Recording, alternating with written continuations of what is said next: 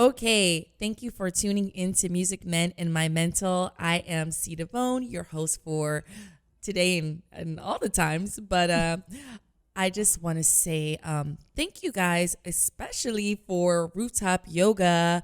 Thank you to everyone who participated, to the attendees, to the host, and people who donated their time, their money.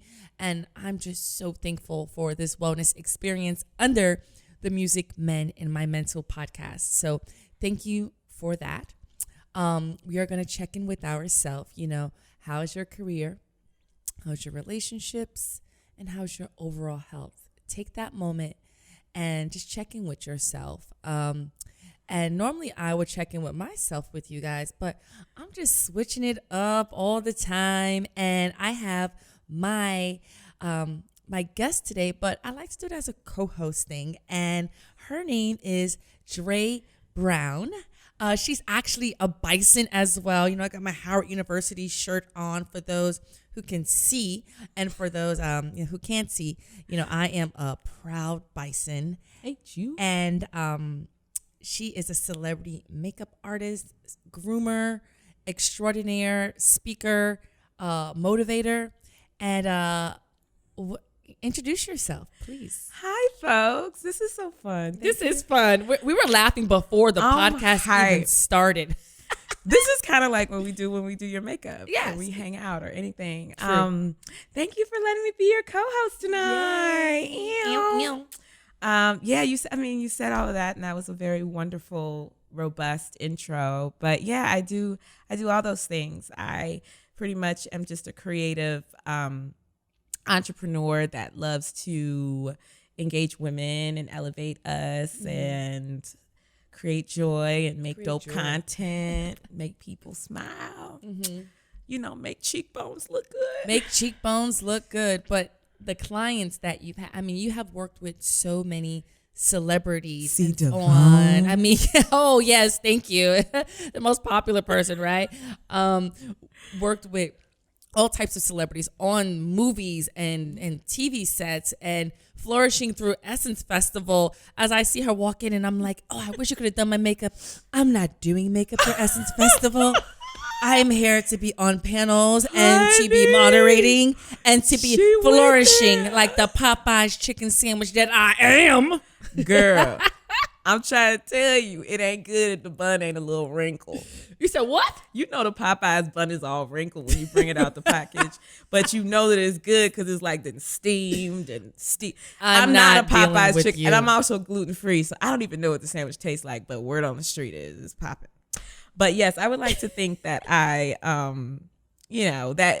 I would have done your makeup anyway. But the real thing is that I was there to really in a different capacity. Yes, I was just kidding. And Mama don't go nowhere without a brush. That's right. And you are amazing.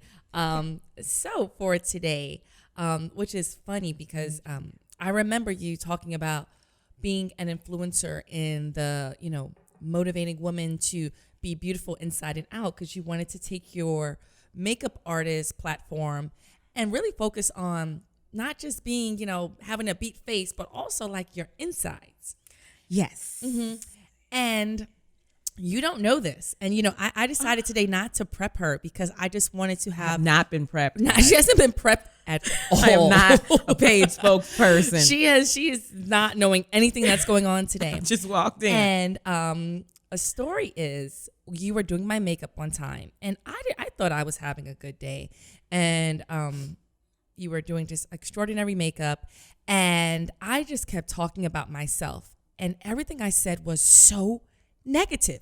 Like I'd be like, well, my big ass eyes and my goofy ass this, and make this look good, and I don't want to look like I'm 100, and I just kept saying, I pointed out every flaw in literally I think I remember this 2 minutes, and you just were like, dude, like what's wrong with you? Like, we got it. And without saying the word, she was like, we got to get you elevated. You got to get your confidence up.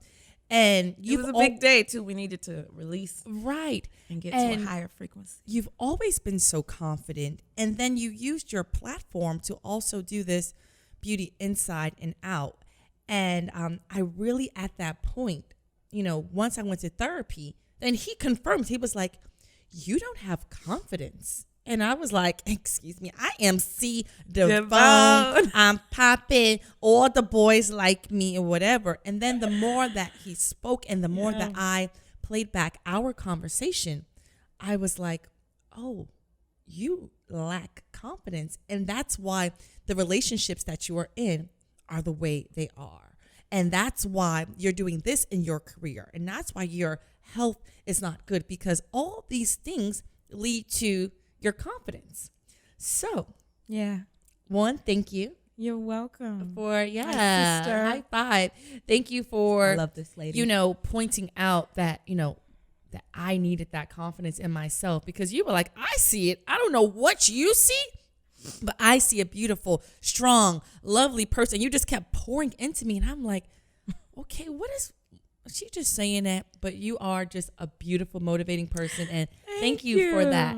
And it goes to the topic, not really the topic, but 3 things I want to discuss, and it's the 3 C's. 3 C's. Because I've spoken about the D.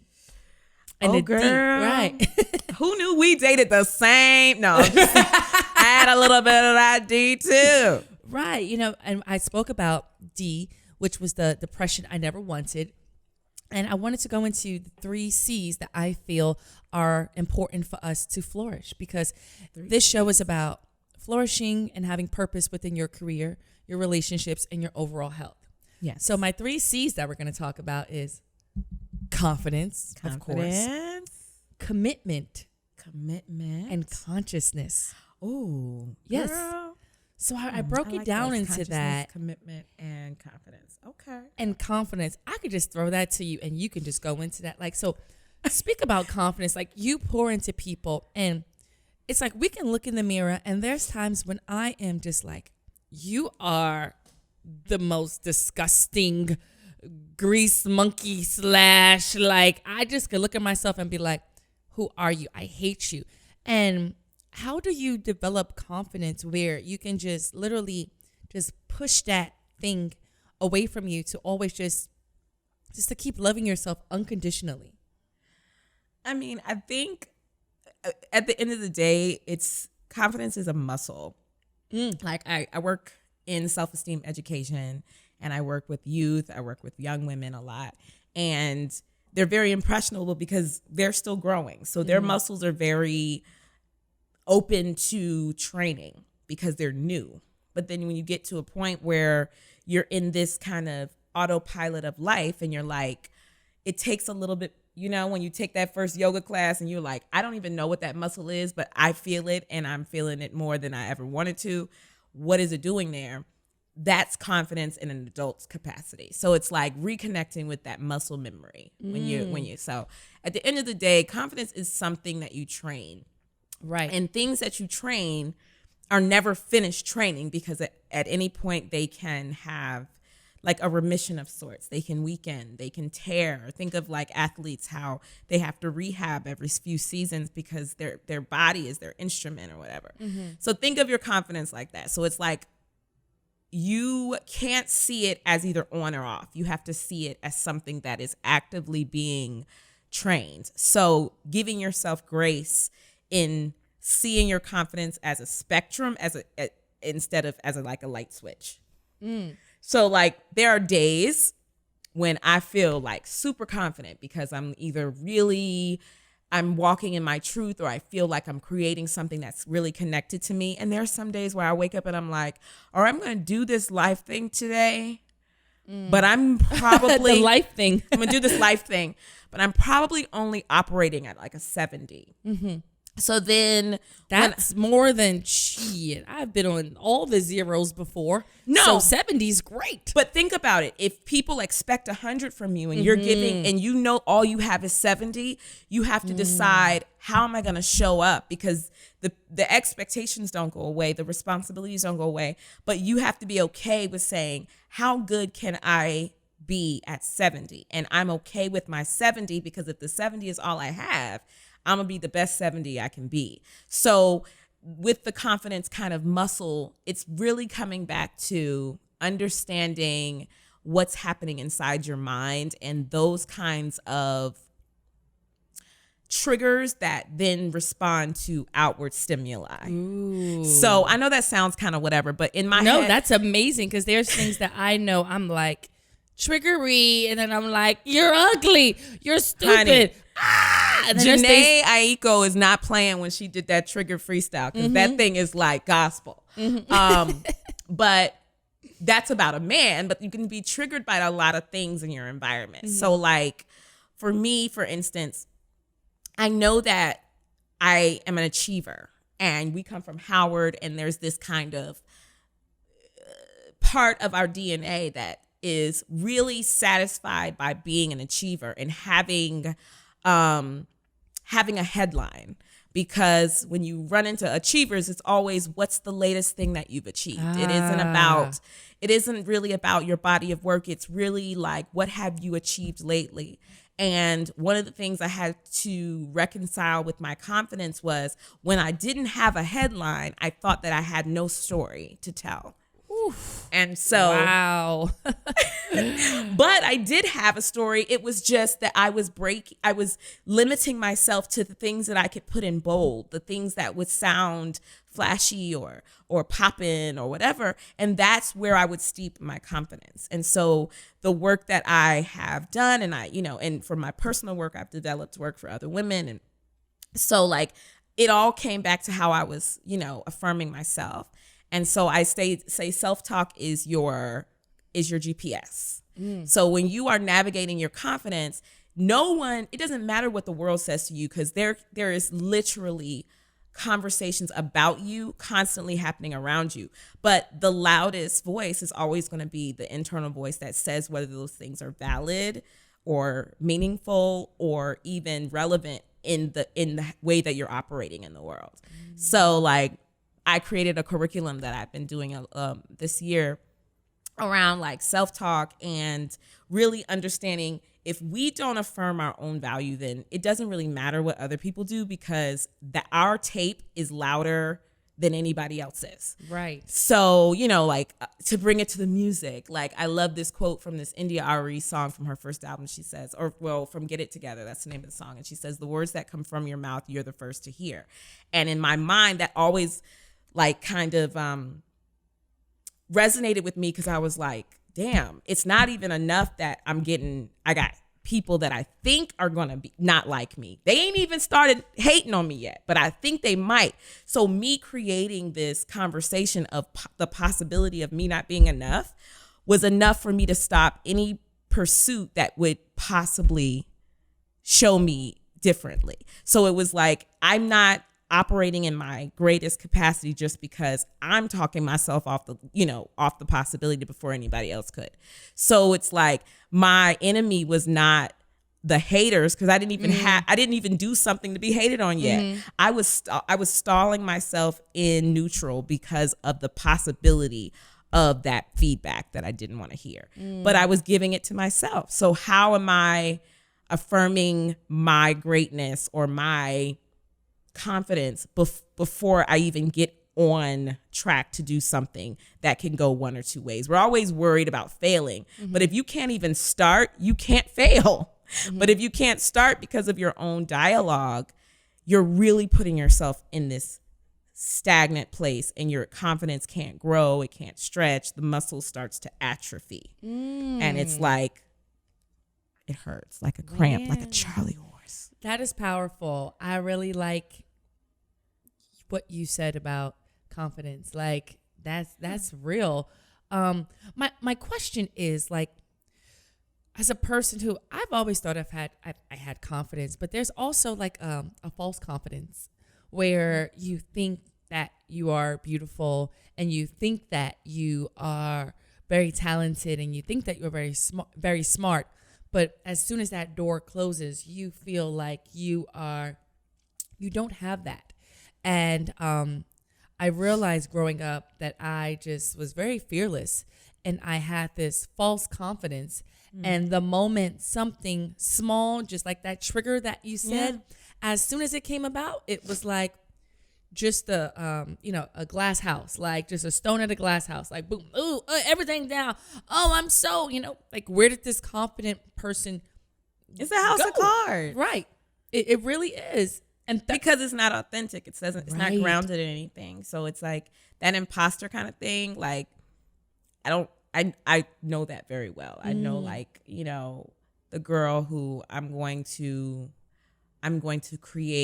build up this shelter of confidence so that I can hide inside of it, frail and withered and shaken and ashy.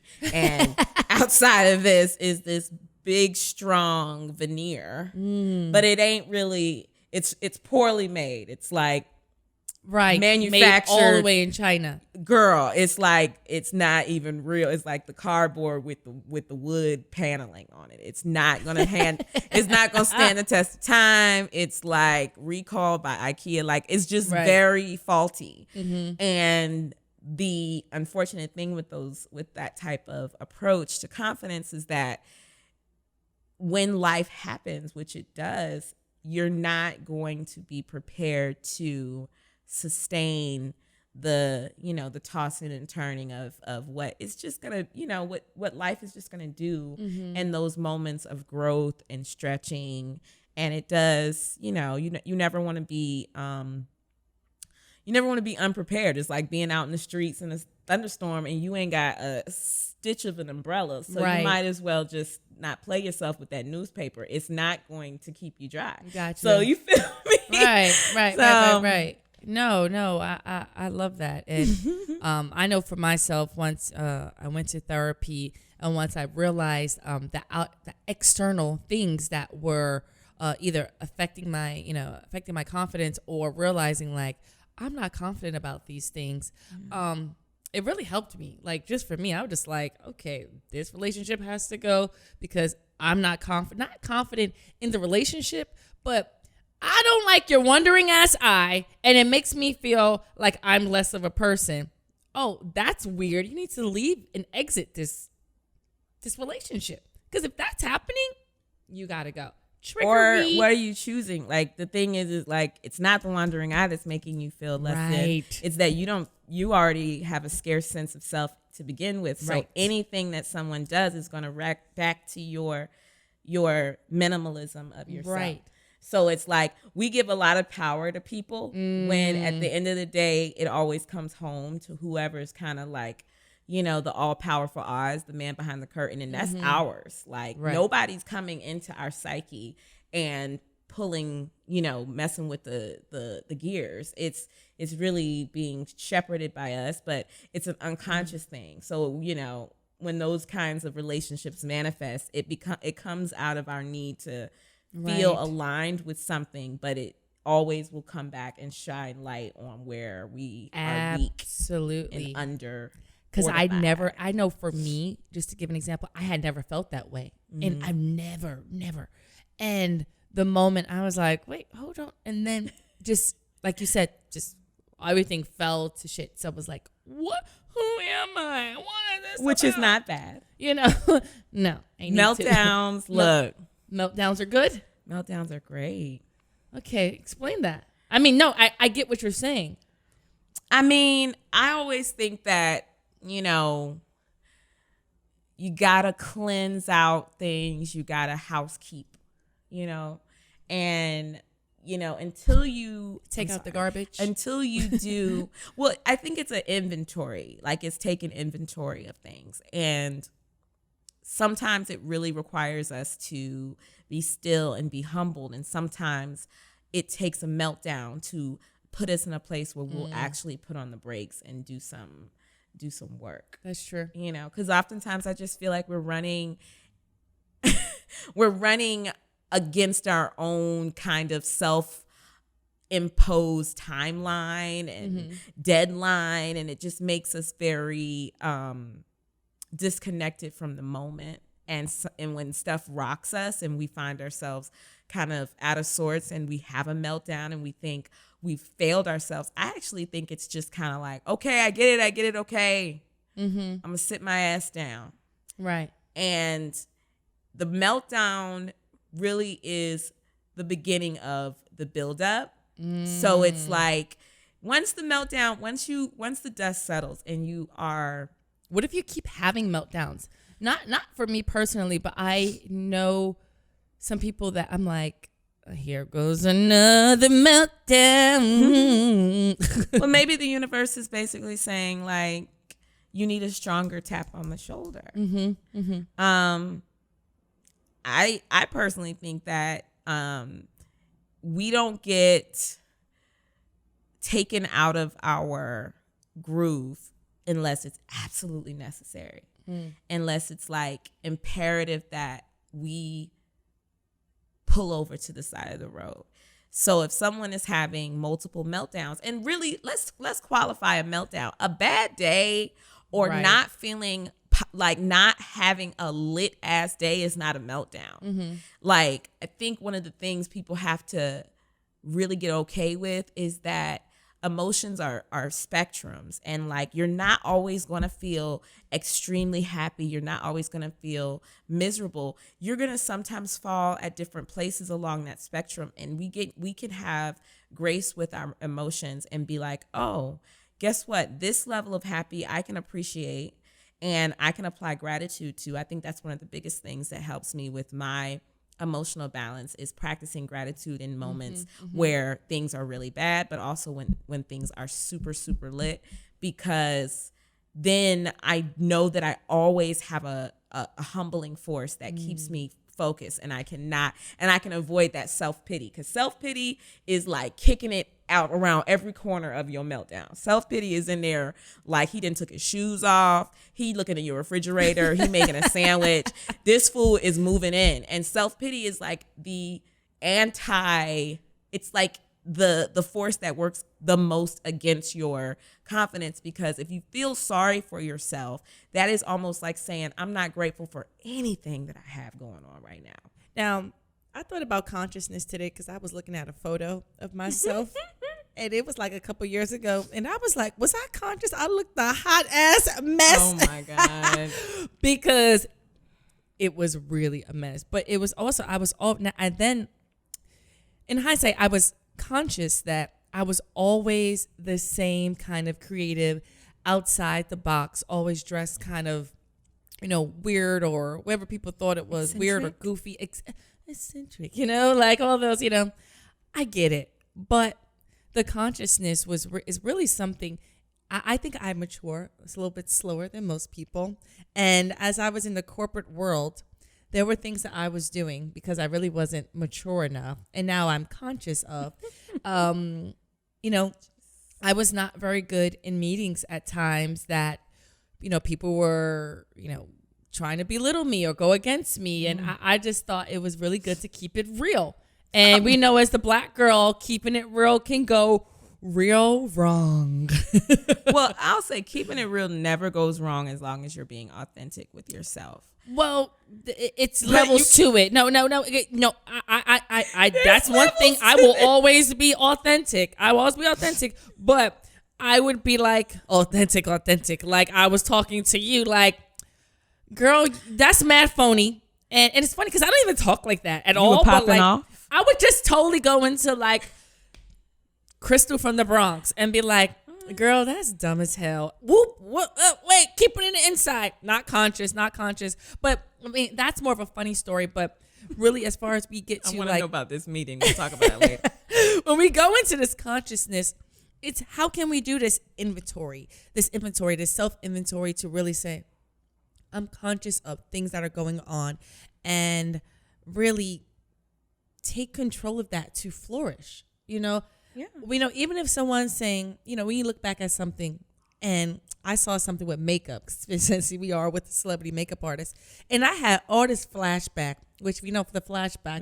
Was you baking your life away? Can you explain what flashback is to people? It's just a reflection of light that comes from like bouncing off of the makeup, whether sometimes the makeup may be too light or too heavy, and it just bounces back and it looks kind of like. So basically, either when you have those kind of weird lines under, you see people with those big light eyes or dark underneath their reverse raccoon. Yeah, it's reverse raccoon. So basically, I'm looking at these photos and I'm like, OMG, why did anyone? No one told me that I was looking like a hot mess.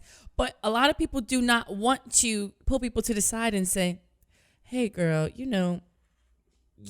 where the blush is kind of you OD on it, or like you know the flashback, or you know what, you look great. I love your confidence, but you know what, that outfit is not very flattering, and that's subjective. It is. But like as a close friend, if you know that you are close to someone and you're like, yeah, girl, do it, and they look like people look like a hot ass mess sometime, and it's not your responsibility to be the hot mess queen. But when close friendships, we're not always like gonna tell someone, but also to be our best friend, to be conscious of, hey, you're a hot ass mess. You're a hot ass mess. Let's fix this. Okay, 2 things with that. What picture were you looking at? I have plenty of photos. It was like a 7 years ago, like flashback. And normally I know. What were you doing in the picture? I was just taking a photo with friends DJing. Okay, 2 things. So take a second with this. Here's why I'm asking you these details. Mm-hmm. Because my process of consciousness requires a few check-ins on things. Because I do the same thing, because I love Instagram. I love photos. People, if they Google some of my earlier makeup work from like 2005, they probably would not book me today in 2019. But evolution is awesome, and keeping perspective is awesome. But the reason I ask where were you and what were you doing is because when I have moments of like self-dissection, what pulls me back and what gives me value out of that is, first of all, what am I looking at? You were looking at you doing something that people told you couldn't do, that people told you couldn't make money doing, that people tried to dissuade you on, that corporate America would have had you second guessing. And who cares if your highlighter wasn't perfect? The reason being is because it was a moment that is a part of a larger story that is your triumph. You are a working professional DJ. You're sought after. You're inspirational. You're representing something that a lot of people don't see. And as much as you are looking at that flashback, there's someone saying, shit, she from the Bronx. You know what I'm saying? She didn't even go to school for DJing. Like, she just, she did that. Someone else is seeing the same picture and reading a completely different story. And I always say to myself, Dre, how dare you limit that moment to that? So that's how I check in on that, because oftentimes I'm like, one of my biggest things, and I talk about this a lot, is that I've had like a very interesting weight loss journey, and that's tied to my congratulations. Yes. Oh, thank you. The gluten-free, right? Well, I discovered I couldn't eat wheat. I went paleo. I got really into training.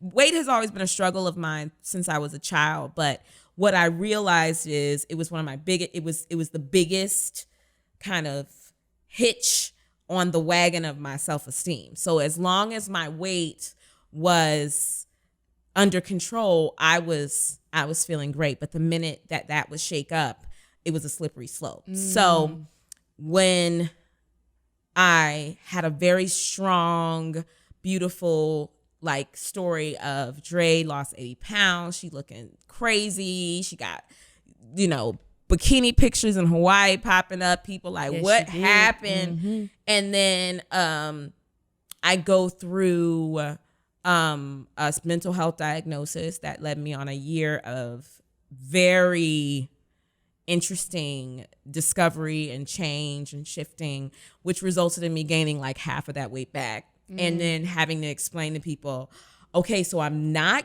like lazy, but I don't want to tell you that I have like general anxiety disorder and that I'm on medication that causes me to gain weight. And I'm actually not sure if I'm going to be able to lose the weight, because I'd rather not feel crazy in my head. And I don't even like to use the word crazy, because I believe that mental health is just something that we all deal with. And if you have a diagnosis or you don't, you still got to deal with it. But so I would look at those pictures of me in my fit stage and I would be like, oh, I don't want people to scroll back in my feed and see me at a size 6 and I just posted my size 12 again.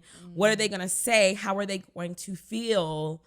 And then I would be like, wait, but where am I in this picture? okay, Dre, I can't limit this moment to that. So if me posting a picture of me speaking and empowering women at a conference and I'm a size 12 and 4 years ago I was a size 6, I'm diminishing the fact that I was given that great opportunity to inspire those women in that moment. And they do not care what my dress size is, nor does that change how I was able to feed them and how I was able to pour into their lives, and how I'm not sitting in an office somewhere diminishing my gifts and feeling sad because I'm not doing what I want to do. Right. So it's just kind of like being conscious isn't saying like, it ain't about being woke. It's about being able to take inventory of things that you have to be grateful for. Gratitude is like the fuel of confidence. And so if you constantly are in a process of checking in on things that you have to be grateful for and things that you have truly in progress, it will take those moments of like, yeah, maybe you did have reverse raccoon, but for real, so has Halle Berry. You know, they've tear down Angela Bassett and Oprah and, you know, Serena Williams on the red carpet all the time. It doesn't change the fact that they are leaders and getting awards and all. Yeah, and changing the paradigm of women in the world as we know it. I do not care if their under eyes are too bright. That moment, that one detail will be fleeting in the grand scheme of what they're creating in the world. So the third thing I said, so we spoke about confidence, we spoke about consciousness, and now it's commitment. Because kind of, if you tie all of them together, commitment is really going to be the glue. Is this when we talk about men? It is. It's not. We're talking about men, but you know what? It is, because I'm commitment. looking at the sun. Okay, I just want to make sure. Music, men, and my mental. We didn't hit a couple exactly. of those. With commitment, let's break it down. Because in your career, like for me, I was all over the place when I first, started working in this entertainment thing. I was in the entertainment industry. I was a door girl, and I was an event planner, and I was DJing and going. I was singing. I was in Remember the them studio. nights at Wish 26? Listen, ooh, child. I took you back, didn't I? Girl, they had some wings there. Yes, I can go back to Lotus days. Oh, shit, getting old. Whoop. Taj? Erase. Okay, sorry. No, Taj. You said Taj? Didn't we say? What? I don't know. Because Taj is still open. People be up in there. It used to be. I mean, back in the day, we used to. What? We went everywhere there were free wings. Everywhere. At least I did. Right. This is true. It was function, and it was, it social. was a good kiki. Yeah. But as far as commitment with career, I had to really commit to saying, this is what I want to do, and this is what I'm going to focus on. Yeah. Because that's how I was going to thrive for me. Because when I was just spreading my love across, spreading my love, spreading myself across, the universe of these different endeavors, I just wasn't giving as much as I could. Yeah. So when I knew I had many things, and I know that I could never just do one. Well, now I do. I focused on DJing. That's a whole other topic. But when I broke it down, I said, listen, all these little things, some are making money, some are just fun, some are, I guess, for just being social. What are you going to do for money, and what are you going to do to make some form of happiness or passion? Mm-hmm. And I broke it down, and I said, I'm committed to being an event planner, and I'm committed to DJing on the side. And until I can afford to be a DJ, hey, look at me now, then I will go to an event planning job because I enjoy event planning, and I'm good at it. I'm passionate about it. You used to slay. Yes, I you know what? I still be doing my events and stuff. I do it from another topic, but I had to be committed. Yeah, and I know that I have commitment issues. Girl, whether it's career, whether it's men, whether even if my overall health. Like, how committed do you have to be to go to the gym? How committed do you, even with commitment, when I had to do an evaluation of my relationships, and not even personal relationships, that's different, but think about it with men. Yeah, romantic. When it came to being committed to the fuck boy, I was like, I love him. He's so great, because I subconsciously knew that it was going nowhere.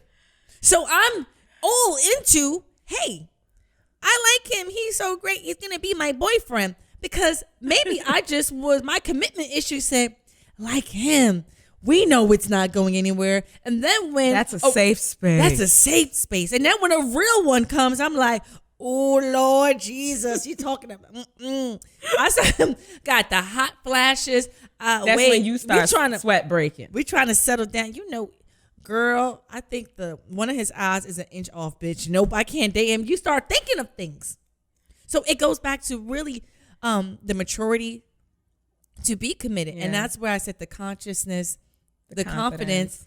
You have to be committed to those things. But just speak about commitment in general with you. Like, well, I wouldn't say, like, we're flourishing, and we need to be, and commitment is one of the C's that we need to flourish and thrive. I love that C. I love that C, because that C is another muscle that I think for me, when I was listening to your I want to say it was your testimony, but the D that I never wanted, that particular episode really spoke to me, because I understand the hustle of being kind of a company of one, a brand of right. one, a business of one. I came into makeup and beauty very similarly to how you came into DJing. Right. Mm-hmm. And I'll start with career, because I think that that's the thing that I felt strongest with commitment about, because I have always liked making my own money. I've worked since I was 13 years old. I lied about my age to get a waitressing job at 13. Mm-hmm. Where did you waitress at? I wait tables at a bingo hall in Virginia Beach, Virginia. And my mom made me quit because, first of all, she was like, you smell like booze at 13. No, and that's my weird. mom, the only reason she let me go is because it was her bingo hall, and she knew that she would see me occasionally. But it was down the street from the house too.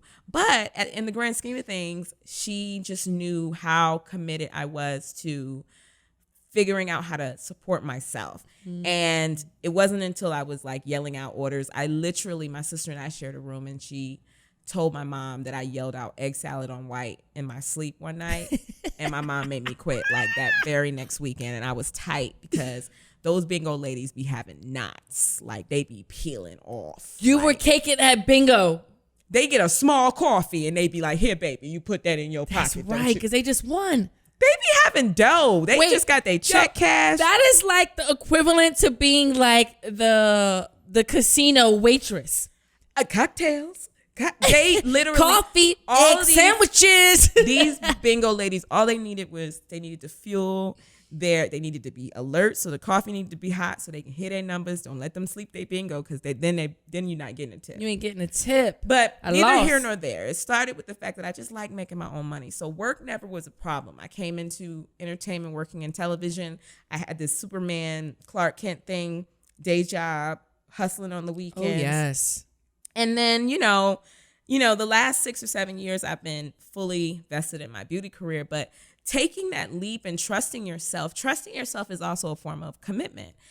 I did not know until I literally just walked out on the skinniest, shakiest branch in that tree to how to trust myself. Because while I was in the comfort of a corporate job with benefits and kind of that security blanket, I never fully had to commit to anything. I was just like, look, I got a job. I work at MTV. I work at Bravo. I was feeling very much like this is all I need to be happy.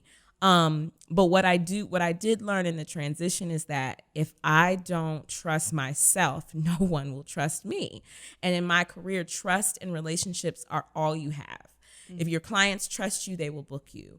If your producers can have confidence in your consistency and your delivery, they will book you. They have to trust you, but if you don't trust yourself, you're not worth a damn. So I had to really start investing in committing to certain things that I knew would make me steadfastly bookable.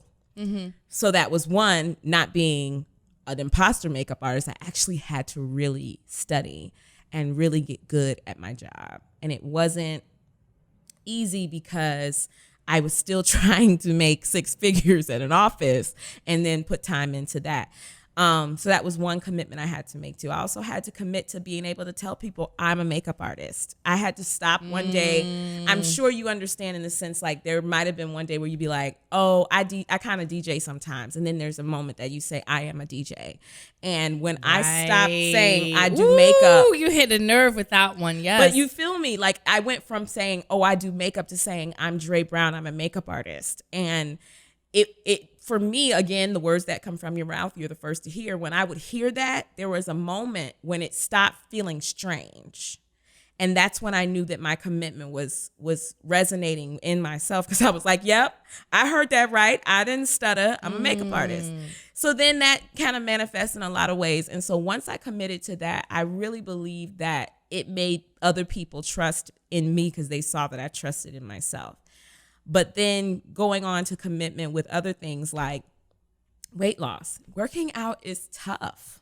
I wasn't an athlete growing up. I mean, I was a cheerleader, but that was as far as it went. Not to say that cheerleaders aren't athletes. They will whoop your ass. But one of the things is I just never had that much discipline. And I feel like athletes and people, they grow up with that discipline, and working out and being committed to a healthy lifestyle required discipline I had never had before. I had a trainer, and she really instilled that in me, because she basically said, this is a marathon, not a sprint. Your life is a marathon, not a sprint. So if you start with a small commitment that you're not wavering on, one day you're going to be able to take on a really big commitment, and you're going to look at yourself and be like, that wasn't hard at all. So I had to train that commitment muscle. I had to trust that if I stayed the course, that I would get the results that I so desperately wanted. Now, that athlete thing, that hit home, because I was not an athlete as well, but I was a dancer. That requires a lot of discipline. So it does require some discipline and commitment, but the thing about, it's result oriented as well. If you're like, dang, I wasn't as good as other people, but it's way more easier to, I guess with being an athlete or athleticism is like, it's a score, where internally as a dancer, you're like, it's subjective. You're like, well, those girls are so much better. Their leg goes higher, or they look better doing this, and it goes back to the confidence thing.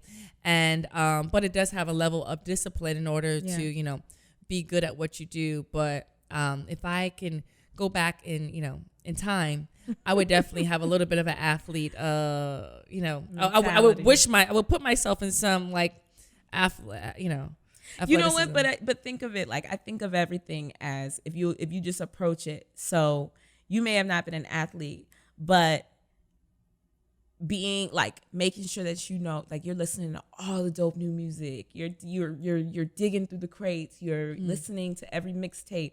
That is almost like the same discipline that an athlete is going and getting up at 5 a.m. to train every day, because that your access to information or your access to your craft is only limited by how much effort you put in. That's kind of how I was feeling. Like, I was like, okay, if I'm going to be a makeup artist in New York City when there are millions of them out here vying for some of the same jobs, what is my distinction? And my distinction was always that I realized that I had more than what was in my kit to offer. And so I committed to creating an experience when I was on set or when I was with clients that I knew was endemic to Dre and was something that I could commit to being consistent around. So that was the only thing that really helped me solidify, my space there. And then when it comes to relationships, for me, it wasn't even like, I'm not a commitment phobe when it comes to relationships or anything like that. But what I did learn is I learned a lot about why I sought connection. And I was committed to, one of the recent commitments I really enjoyed was committing to spending time by myself. And I never wanted to be alone. I never wanted to spend time alone. I always remember I used to throw a house party a week.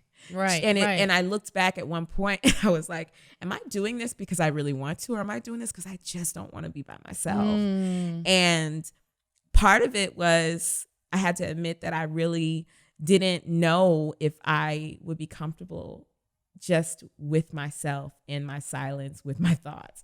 And I've been spending a lot of time committing to that. So now I feel like when I get in a relationship, I know how good my company is because I've enjoyed it by myself. So when someone else gets to enjoy it, I'm like, it's good, right? Yeah.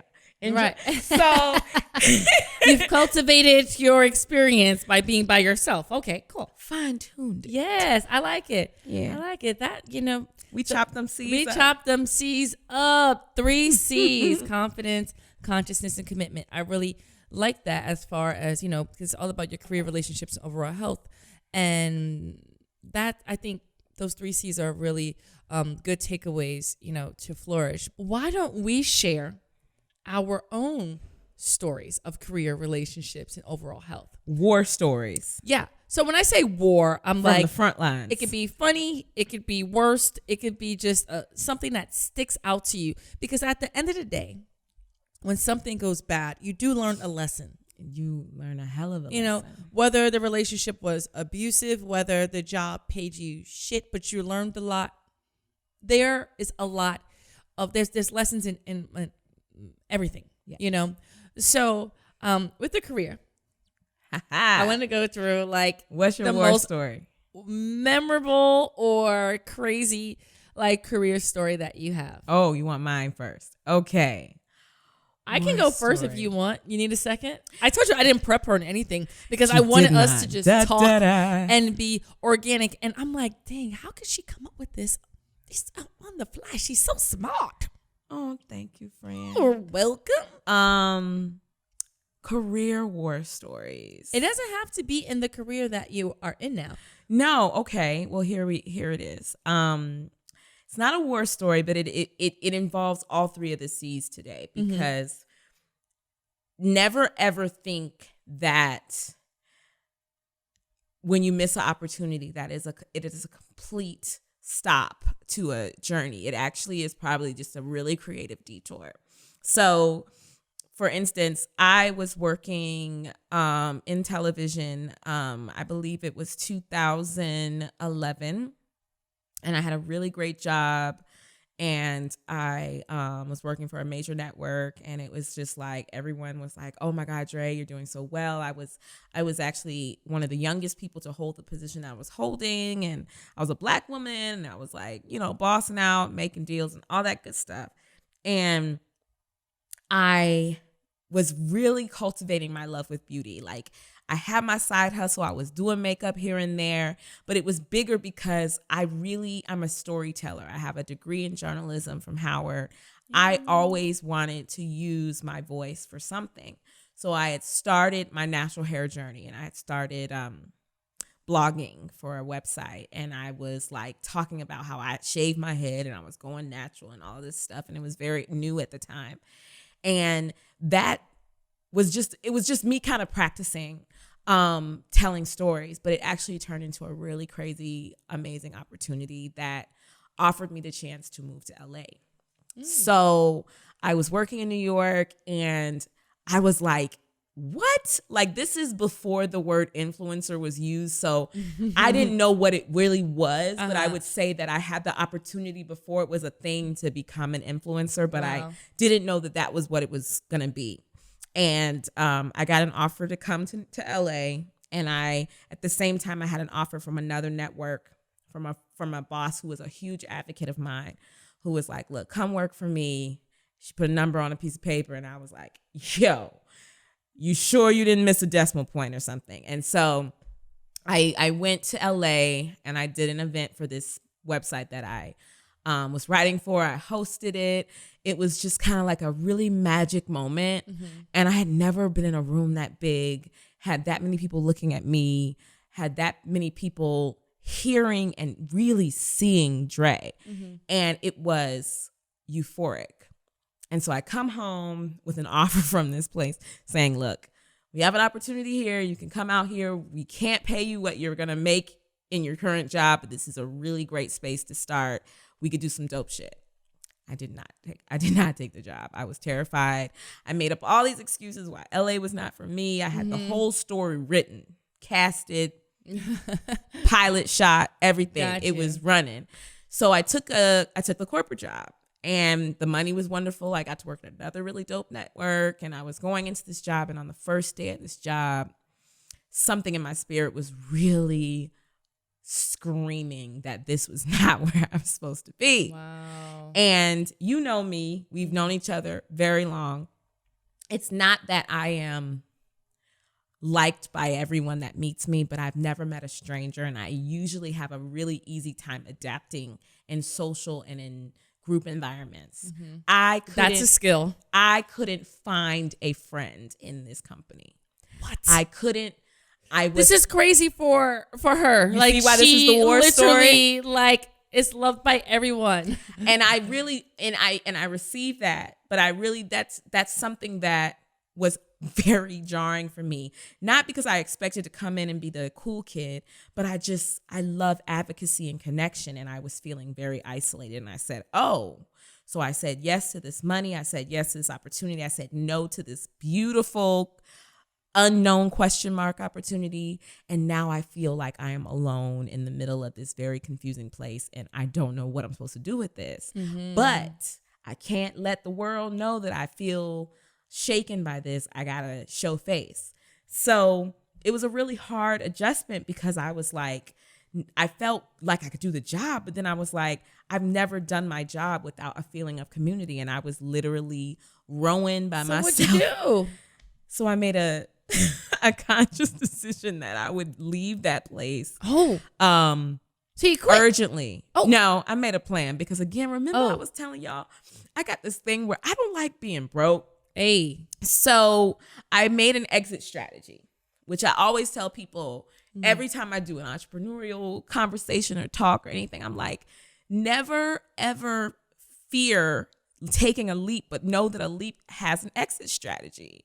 So I started saving every dime I could. I didn't know when I would leave, but I knew eventually that seat would get so hot that my ass would run out the first window. And I did. And it took me about 18 months to, build. What I know now is I was cultivating a tribe and a community that would then turn into the platform that I've been building my self-esteem and motivational work on now. But that was 2013. So it takes time, but I knew as soon as it was like week 2, I was like, this ain't gonna work.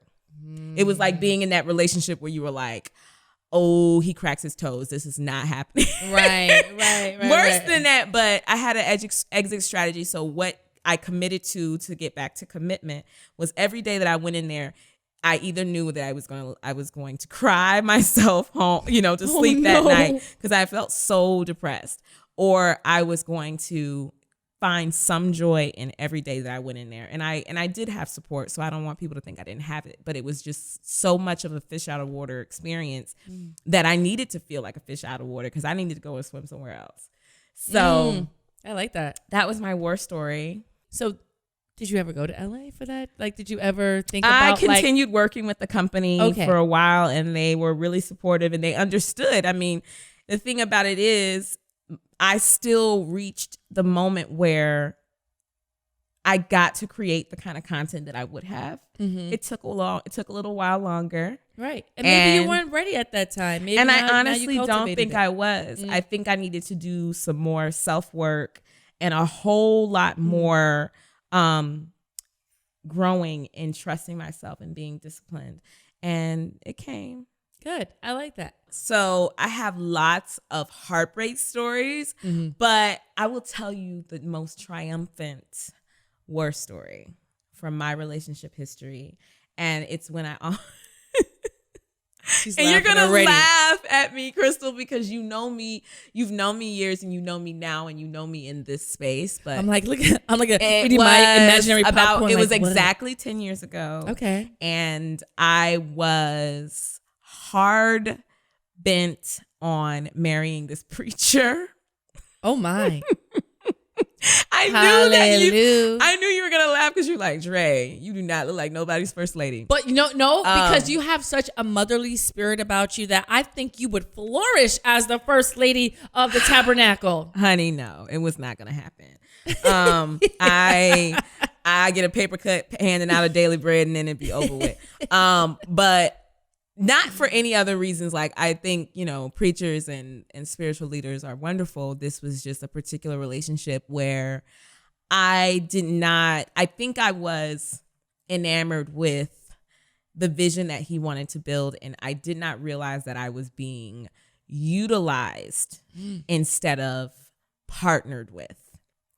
And I don't ever want to because this person is like literally writing that down. Like, wait, hold on. Am I being utilized? The thing is like I hate to use that word use because I think that it has a bad connotation to make it like there's no mutual benefit. Mm-hmm. But when you're utilized, it's like you just utilized this pen. You may not think about this pen after that moment, but when you needed it, it was there and you took value in it. But when we're done with this podcast and we're over doing whatever, you're not going to be thinking about this nice Pilot, Signo, Uniball, whatever. You're not going to be thinking about it because it was utility for you. You didn't partner with this pen to create anything. Ooh. And so this relationship, I realized I had steeped so much value in it because it was like a love and basketball story. It was a guy I fell in love with at summer camp when I was 11 years old, and we reconnected. And he's a good person, but I think we both were fighting these kinds of narratives. Like, he had a narrative that he needed to commit to that made him feel his best, and I had this narrative too. And at that time, I thought my narrative was that I just need to be that partner to that strong man. And it was because I had a lot of insecurities in myself, and he was a comfort because he didn't shine a light on them, but he also didn't heal them either. So I realized that when we were together, it was all about his vision. And it was all about what I needed to, what I could do to water the soil that he was tilling. And so when it came time for our relationship to break, I mean, I didn't see nothing. It was just all about him. My mother even said to me, she said, I said something to her one time and she knew it was going to end badly. And she said a prayer. She was like, Lord, just cushion her fall. She was like, because it's going to be a long one. And when it went down, this man told Mamas know best. Honey, this man told me, and in so many words, I mean, he might be listening, I don't know. But he told me as we were having one of our wonderful trips together, which I thought might be the trip when the question got popped. I mean, don't even go into those. I really was thinking, I was Lord. Like, let me get my nails done because it might be going down. But, in that moment when I thought that was going to be our outcome, he told me that, the Lord had told him I was not his wife, and therefore that was the end of our story. But it wasn't. What? It wasn't that hits way different. No, but what's really hits different is 2 months later when his engagement to another person was announced on Facebook. Because the Lord told him. Because that was his wife, girl. Oh, you know what? He's going to be using that for now. What the Lord told me. You know what, sis? And let me tell you, for everyone who's listening, I am not trying to belittle or make light of his spiritual conversation with whoever was guiding his thoughts. But my thing was, dude, you squeezed every possible drop of juice out of this lemon and then decided it was time for you to build somewhere else. And it was, I really saw at the end of the day that I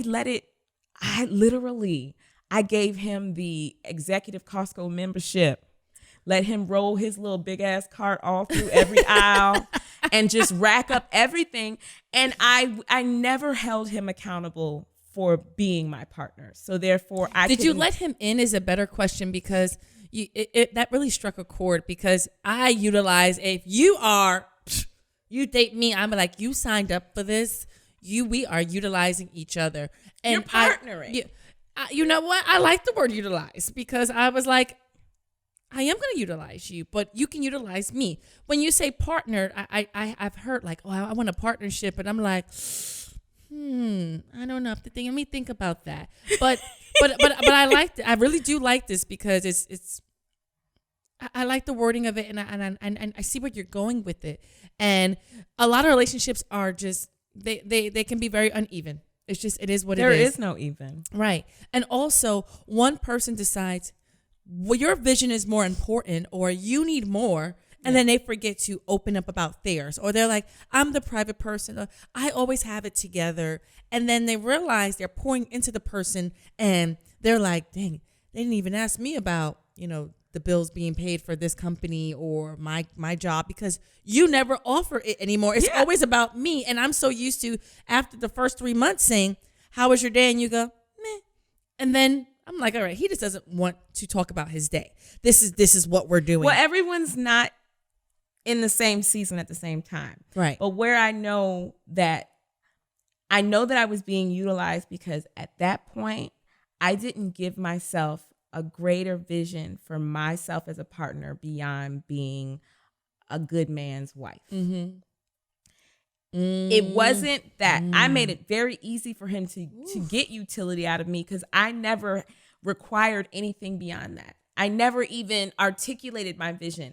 Everything that I'm doing now, he never, was all seed. They were all seeds back then. This is 10 years ago.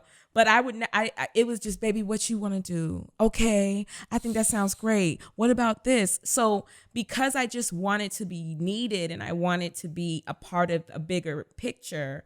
And at that point, I was just so open, because never in my life had I had anyone make me a part of their story. Mm-hmm. It was always like, I felt like I was being cast in a role of a lifetime, when in fact it was a complete, total wrong script for me. But then I think back now, and me and my girlfriend, that was one of the friends that literally watched me as I cried on the floor. Girl, snotting and everything, like, I'm gonna just let you do it. I'm just gonna sit here until you're finished doing it. She literally didn't even talk to me. She sat there for hours. Wow. And I almost thought she had left, but she's like, no, I'm still here. She and I laughed, because she's like, Dre, you would have been in some positions and in some spaces where the Dre now would have woken up in that moment and been like, what the hell? Literally in the middle of the church, what the hell am I doing here? Mm-hmm. And not for any other reason than it just was not my assignment. It wasn't my story. Shout out to the friend, because sometimes you don't want to hear the words. You're not ready to receive it. You're in the pain. You can't be like, I am better than that. You're like, I'm hurting, so sometimes as friends, we do have to listen. So that's really important. That she gave me no, she didn't even talk shit about him or nothing. All she said was, this is bad. We're going to figure out a way out of this. But in the moment, just get all that out, be in it, because tomorrow we're doing something else. And it was funny, because that's how I started remember when I used to flip vintage clothes? Literally, that was my love hangover business. She said, Dre, what do you like more than being sad? I said, making money.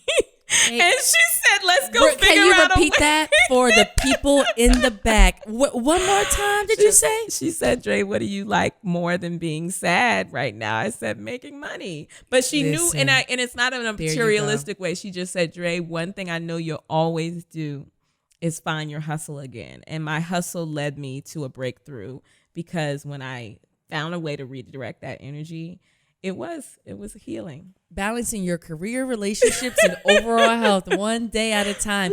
That is really dope. I like that. So let's wrap it up with health. My emotional health growth started when I was basically in a really popping period of my life. I was like looking good, cheekbones chiseled with no contour. Like I had like Angela Bassett arms. I mean that figuratively, because I don't think anybody can really have her arms. It's just impossible. But I was feeling good physically. I was like, my career was blossoming, and I just could not muster a joyful moment. And I was like, am I not grateful? That was the last thing I did. I just hated not feeling grateful, because I was like, there are people who don't even like their jobs, who are just grinding it out and punching the clock. And I'm out here doing some passion work and living my dream, and I can't be grateful for that. And I had to realize that being emotionally stable doesn't mean there's a lack of gratitude. There's actually chemical things happening in my body. So I went to my doctor and I literally was like, okay, this is what I feel like. The ground won't stop shaking. I have a million racing thoughts. I'm not sleeping well. I find myself isolating myself and just like being lethargic. And part of those manifestations, I was like, am I sick? Do I need to take vitamins? Right, Am I toxic? No, yeah. You have to look into those. I was like, am I physically not doing, because I was really getting in shape, but I was like, maybe I should be eating better. Maybe I need to take a supplement. Right. And she asked me, she was like, she said, are you depressed? I was like, no, we don't do that. See, we don't do that deep. And she said, no, seriously. She's like, have you lost interest in things that you once were really passionate about? This is your general This is doctor. my PC, my primary care doctor. Cool. And I said to her, I was like, and then I'm in her office and I just lose it. And I was like, she was like, it's okay. And I had my doctor is a G. And she's like, grabs the tissue and she's like, yes. She says, so I want you to go see this person and I'm going to give you a prescription for this. And so instantly I was like, no, because the diagnosis is very real. Right. Like there are times when we can be like, I'm depressed. But then depression is an actual condition. And when someone puts that, like writes that down for you and says that that's yours, it's like, I don't know if I want this. But it really required me to be like, okay, Dre, this is real. What do we get to do about it? So I just really embraced that I had a shift in my body, in my brain, and in my emotional ecosystem. And there was something that could help me fix it. So I didn't really feel strange about medicating. I did feel like, oh, this is going to be a couple weeks. I'm going to take this for like 2 weeks. And then I'll call you. You ain't got to refill that. That's me all the time. I always cut stuff off early. You shouldn't do that. I love my meds. I was just listening to the read and she's like, yo, y'all need to keep me on meds. That I am very sane with them. And I was like, you know what? I'm not prescribed any medication and I'm not against it. I definitely tried today to be like, I can't focus. And she's like, but you ain't ready for Adderall. And I'm like, that's why I don't like you. Just first of all, really. But I will say, like, it's not a war story. But I will say that the moment I was going to, I was in my shower preparing to go do a photo shoot. And it was in Brooklyn. I live in Harlem. And I was like, oh, it's going to take me this long to get there. And I'm in the shower. And I felt like, you ever been on the subway platform and you can't, the light in the end of the tunnel hasn't quite shown up, but you can feel the train coming under your feet. Right. That was the feeling I had 24 hours a day. Okay. Yeah. And so I'm in the shower and I just feel like I can't find solid ground. Like and it felt like it was physically shaking. Physically. Gotcha. And so so when I went to my doctor and I explained that experience to her, this is when I had that little doctor's office breakdown, she says, this is like a sense, this is generalized anxiety, which I had never heard that term. And I realized it's something that a lot of women suffer from. There are things like, it's a difference between generalized anxiety and having like a panic disorder. And these are all things that people don't talk enough about, so that when you have it, you think that it may be one of two extremes. But having that moment and explaining that I'm good, but I'm never good. I'm in a constant state of anxiety or a constant state of worry or fret or physical discomfort from just racing thoughts and my overwhelm with certain things in life. And I had triggers for that. But that was a shoot. I went to that shoot. I called my sister, and she's like my best friend and like literally is like a champion for my mental health. Okay. Thank you, sis. And I was like, I gotta go to this job. And she's like, do you have to go to this job? And I said, yes, I do not, I don't flake on my work. She says, okay, so can you take 20 minutes with me and just breathe with me. And then we'll get you, then we're going to get you to this job. So she said, guess what's at this job? Your piece is at this job. And so I went and I did this shoot, and it was so therapeutic. Okay, good. But it wasn't, I went into it after I had gotten myself grounded, because literally I was like, how am I going to put makeup on this girl's face with my hands shaking like this? All that to be said is a long drawn out story, but that was my war story. That was the moment when I said, you know what, this is just not my nerves, as we used to say back in the day. This isn't just my nerves. Oh gosh, mamas used to say that. Dang. Girl, my nerves bad. Oh no, yes. Let's get to the issue of what your nerves is doing. Yes, I don't like that term. You know what? So how can we find you? DreBrown.com, or on Instagram. I am at DreBrown NYC or MUA_Dre. Those are my two main accounts. So you can slide into my DMs. Slide in the DMs. You can book her for professional makeup, speaking engagements, etc. She's on every panel, working with all the brands, motivating all the beautiful people, and just people. Everyone's beautiful, but motivating people in general. Thank you guys for tuning in to another. Thank you, Music Men and My Mental. And we had so many other war stories to go into, but I really appreciated her sharing her journey and her stories. So thanks for tuning in at Music Men and My Mental. You can follow on Instagram, Twitter, everything. And make sure you email us, because we do have listener stories to share and give advice on. But I wanted to just go into your war stories, and they were even better than I could imagine some of the the questions that we have. So thank you for tuning in. I'm C. Devone. Thank you so much, Dre Brown, and we will see you next week. Bye. Bye.